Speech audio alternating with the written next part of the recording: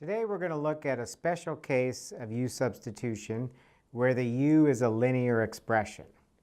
In these cases we can take a shortcut, which is nice. It'll save us a lot of writing and problems later down the line where we have to do several of these U-subs in a single problem.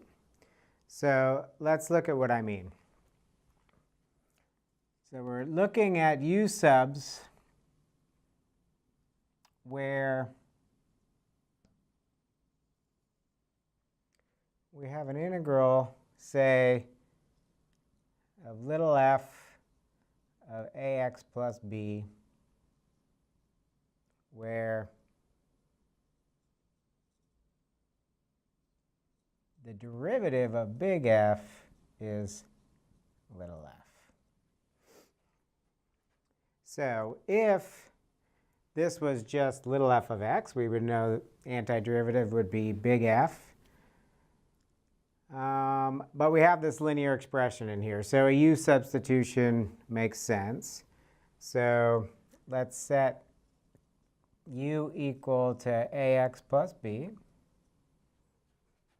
Find our differential. And this is what's special about a linear U-sub, is that the differential is just a constant. Because of that, you could always do a linear U-substitution. Anytime you have a linear expression, you can always change variable to u because you're only going to have a constant for the du. So what does this mean in terms of our integral? So I can just divide that constant out, and we're looking at the integral of 1 over a little f of u du, which we know that the derivative of big F is little f. So this is 1 over a big F of u plus a constant. And as always, we return to our original variable.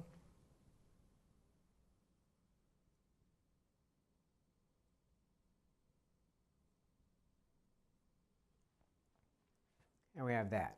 So what's the point here? The point is that you could go through all this stuff right here. You could do this U-substitution. But notice what happened. We started with little f.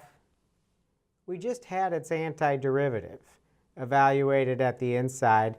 The only thing that changed because of that being linear was that we had to divide by a.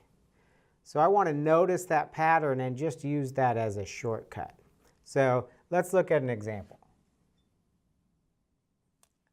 Say we had the integral of cosine of 3x minus 5.